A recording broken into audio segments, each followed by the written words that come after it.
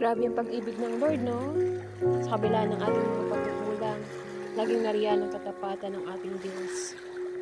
Inigay niya ang kanyang anak na si Jesus upang pagbayaran ang ating mga kasalanan. Pagkat ganun na lamang ang kanyang pag-ibig sa atin, hindi niya tayo tinanggap dahil sa ating mabuting gawa, ngunit dahil sa pag-ibig at dugo ni Kristo na siyang inalay sa krus ng Kalbaryo. Napakadakila ng ating Panginoon. Sa kabila ng ating mga pagkukulang, sa kabila ng lahat ng ating mga nagawang kasalanan, nariyan siya at handang laging magpatawad. Nariyan ang habag ng Diyos. Nariyan siya at handang makinig sa ating mga panalangin. Sabi nga sa Jeremiah 33 verse 3, "Call unto me, and I will tell you great and unsearchable things you do not know."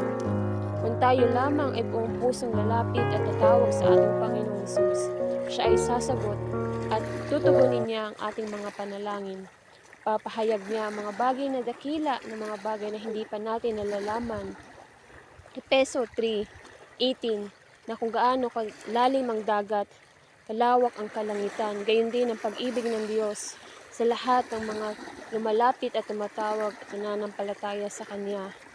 Jeremiah 29:11, "For I know the plans I have for you, declares the Lord, plan to prosper you and not to harm you, plan to give you hope and a future."